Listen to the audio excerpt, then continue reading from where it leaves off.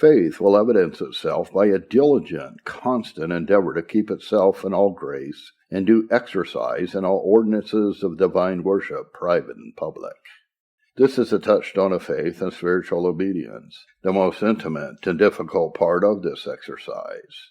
Where this is not, there is no life in the soul. There are two things in which men do or may deceive themselves in this. First, abounding in the outward performance of duties or a multiplication of them. By this hypocrites have in all ages deceived themselves. And it was a covering that the Church of Rome provided for their apostasy from the gospel. An endless multiplication of religious duties was that which they trusted to and boasted in. And we may find those daily that pretend a conscience as to the constant observation of outward duties, and yet will abstain from no sin that comes in the way of their lusts. And men may, and do oftentimes, abide constantly in them, especially in their families and in public, yea, multiply them beyond the ordinary measure, hoping to countenance themselves in other lusts, and neglects by it. Number 2, assistance of gifts in the performance of them. But as this may be where there is not one dram of grace, saving grace, so when rested in, it is a most powerful engine to keep the soul in formality, to ruin all beginnings of grace, and to bring an incurable hardness on the whole soul. Wherever faith is in sincerity, it will constantly labor, endeavor, and strive to fill up all duties of divine worship with the living, real, hard acting of grace. And where it does not so, where this is not attained, it will never suffer the soul to take any rest or satisfaction in such duties, but will cast them away as a defiled garment. He that can pass through such duties without a sensible endeavor for the real exercise of grace in them, and without self-abasements on the performance of them, will hardly find any other clear evidence of saving faith in himself. There are 3 evils that have followed the ignorance or neglect or weariness of this exercise of faith, which have proved the ruin of multitudes. 1. There has been the occasion and original of all false worship in the world, with the invention of those superstitious rites and ceremonies in which it consists. For men, having lost the exercise of faith and the ordinances of worship that are of divine institution, they find the whole of it to be useless and burdensome to them. For without this constant exercise of faith, there is no life in it, nor satisfaction to be obtained by it. They must therefore have something in it, or accompanying of it, which may entertain their minds and engage their affections to it. If this had not been done, it would have been utterly deserted by the most. On this were invented forms of prayer in great diversity, with continual diversions and avocations of the mind from what is proposed, because it cannot abide in the pursuit of anything spiritual without the exercise of faith. Some entertainment by the mere performance, and makes it think there is something where indeed is nothing. Hereunto are added outward ceremonies of vestments, postures, and gestures of veneration to the same end. There is no other design in them all but to entertain the mind and affections with some complacency and satisfaction in outward worship upon the loss or lack of that exercise of faith, which is the life and soul of it in believers. And as any persons decay in this, they shall find themselves insensibly sinking down into the use of these lifeless forms, or that exercise of their natural faculties and memory, which is not one jot better. Yea, by this means some from an eminency in spiritual gifts and the performance of duties by virtue of them have sunk into an Ave Maria or a Credo as the best of their devotion. Secondly, this has caused many to turn aside, to fall off from and forsake the solemn ordinances of divine worship, and to betake themselves to vain imaginations for relief, and trembling, enthusiastical singing, and feigned raptures. From hence have so many forsaken their own mercies to follow after lying vanities. They kept for a while to the observance of the divine institutions of worship, but not having faith to exercise in them, by which alone they are life and power, they became useless and burdensome to them. They can find neither sweetness, satisfaction, nor benefit in them. It is not possible that so many in our days, if ever they had tasted of the old wine, should so go after new. If ever they had experience of that savor, power, and life, which is in the ordinances of divine worship, when acted and enlivened by the exercise of faith, should forsake them for that which is nothing. They went out from us, but they were not of us, for if they had been of us, they would have continued with us. Had they known it, they would not have crucified the Lord of glory.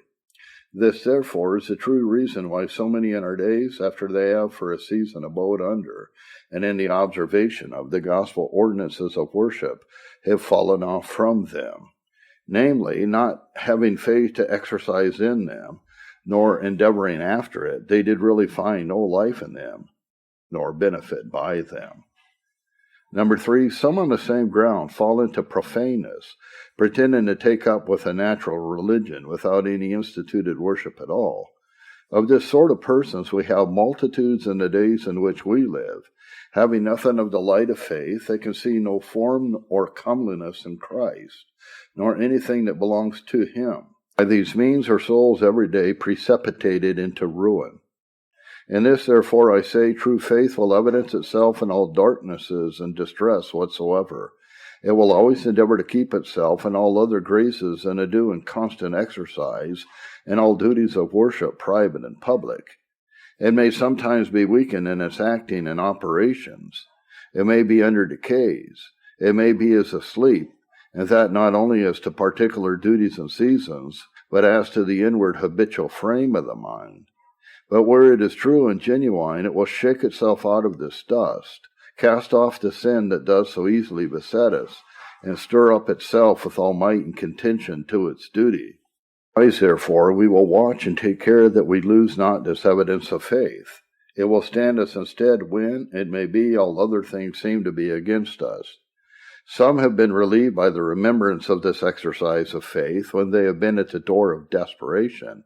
Such or such a season they had experience of the work of faith and prayer has been their relief. An experience of this is a jewel which may be of no great use whilst it lies by you locked up in a cabinet, but which you will know the worth of if ever you come to need bread for your lives.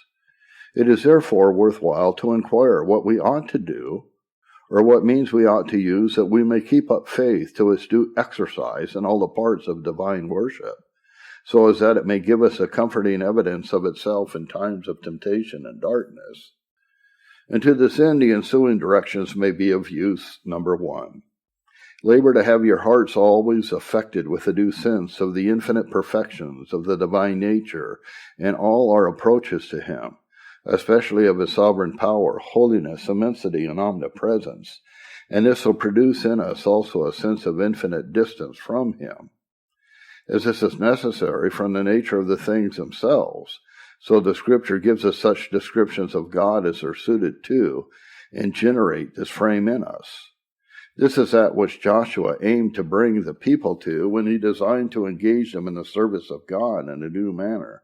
Joshua 24:19 and 22. And that which the apostle requires in us, Hebrews 12:28 and 29. And to the same end, glorious descriptions and appearances of God are multiplied in Scripture. If we fail in this, if we do not on all occasions fill our minds with reverential thoughts of God, his greatness and his holiness, faith has no foundation to stand upon in its exercise and the duties of worship. This is the only inlet into the due exercise of grace. Where it is lacking, all holy thoughts and affections are shut out of our minds. And where it is present, it is impossible but that there will be some gracious working of heart in all our duties. If we are empty of this in our entrance of duties, we shall be sure to be filled with other things which will be clogs and hindrances to us. But reverential thoughts of God and our approaches to him will cast out all superfluity of naughtiness and dissipate all carnal formal frames, which will vitiate all our duties. Keep your hearts, therefore, under this charge in all your accesses to God, and it will constantly open a door to that exercise of faith which we inquire after. With this, we shall be affected with a sense of our infinite distance from him, which is another means to stir up faith to its due exercise in reverence and godly fear. So Abraham was affected in Genesis 18, verse 27. This is that which the wise man directs us to in Ecclesiastes 5:2. Carnal boldness and the lack of these things ruins the souls of men, rendering all their duties of worship unacceptable to God and unprofitable to themselves. Secondly, affect your hearts with a due sense of the unsuitableness of our best duties to His holiness and majesty, and of His infinite condescension in the acceptance of them. Suppose there is in any of our duties the best and the most lively exercise of grace that we can attain to, the most fervency in prayer with the most diligent attendance of our minds, the most humility and contrite trembling in hearing the word, the most devout affection of our minds and other parts of worship. Alas, what is all this to God? How little does it answer His infinite holiness? Our goodness extends not to Him. There are no measures, there is no proportion between the holiness of God and our best duties. There is iniquity in our holy things. They have need of mercy and pardon, of cleansing and justification by the blood of Christ, no less than our persons, and an infinite condescension it is in God to take any notice of us or them. Yea, it is that which we must live in all holy admiration of all our days. Now, if it be thus with our best duties, in our best frames, what an outrage of sloth and negligence is it if we bring the carcass of duties to God for lack of stirring up faith to His due exercise in them? How great is this folly! How unspeakable is the guilt of this negligence! Let us therefore keep a sense of it upon our hearts, that we may always stir up ourselves to our best in duties of religious worship. For a negligence in this, or the lack of stirring up faith to a due exercise in all duties of worship, is the highest affront we can put upon God, arguing a great regardlessness of Him. Whilst it is so with us, we cannot have a due sense of any of the divine perfections, of the divine nature. We turn God, what lies in us, into an idol, supposing that He may be put off with the outside and appearance of things. This the apostle cautions us against, Hebrews 4:12 and 13, and is that which God detests in Isaiah 29:13. And He pronounces him a deceiver and cursed, who offers to Him the lame and the blind, while he has a male in the flock.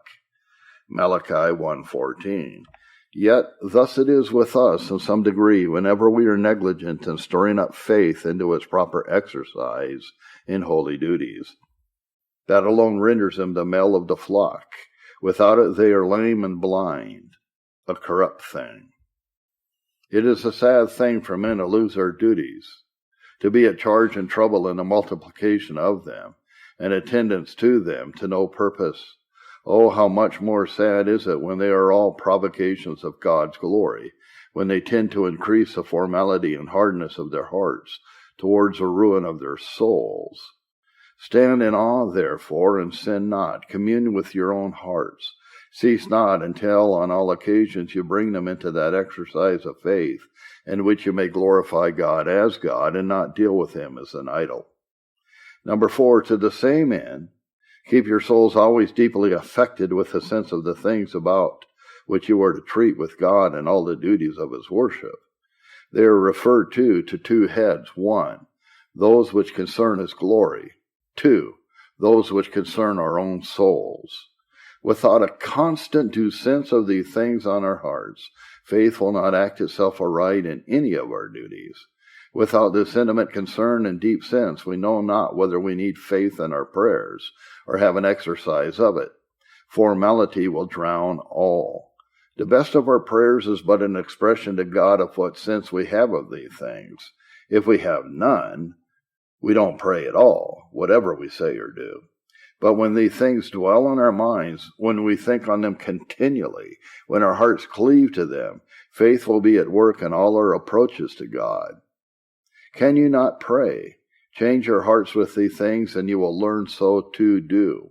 Number 5, watch diligently against those things which you find by experience are apt to obstruct your fervency in duties. Such are indisposition through the flesh, or weariness of the flesh, distracting, foolish imaginations, the occasions of life revolving in our minds, and the like. If such impediments as these be not removed, if they be not washed against, they will influence the mind and suffocate the exercise of faith in it. Number 6, above all, the principal rule in this is that we would always carefully remember the concern of Christ in these duties with respect to his office. He is the high priest over the house of God. Through him and under his conduct are we always to draw nigh to God, and his work it is to present the prayers and supplications of the church to God.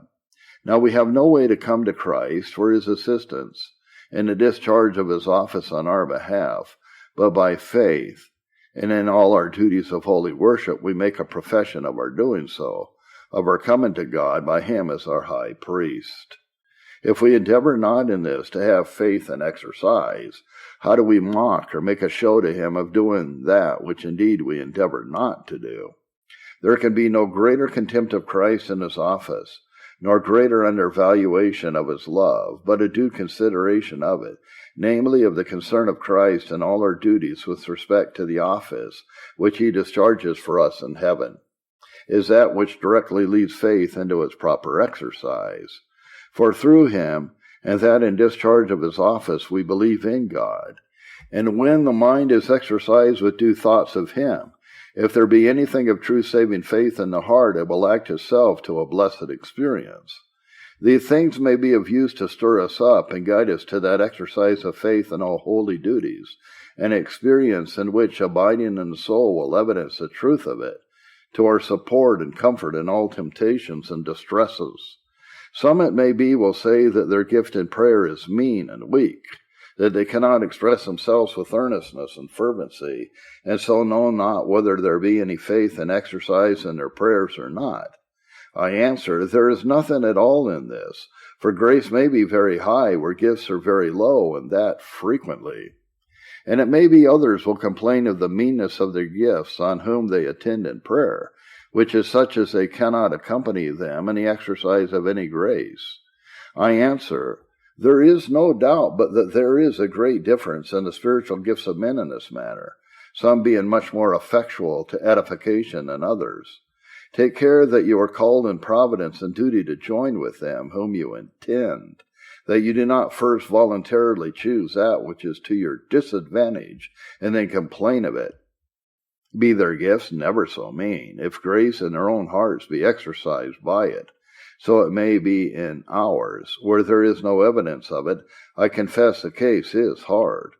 Let the mind be still fixed on the manner of things uttered in prayer, so as to close with and act faith about what is the real object of it, and it will find its proper work in that duty.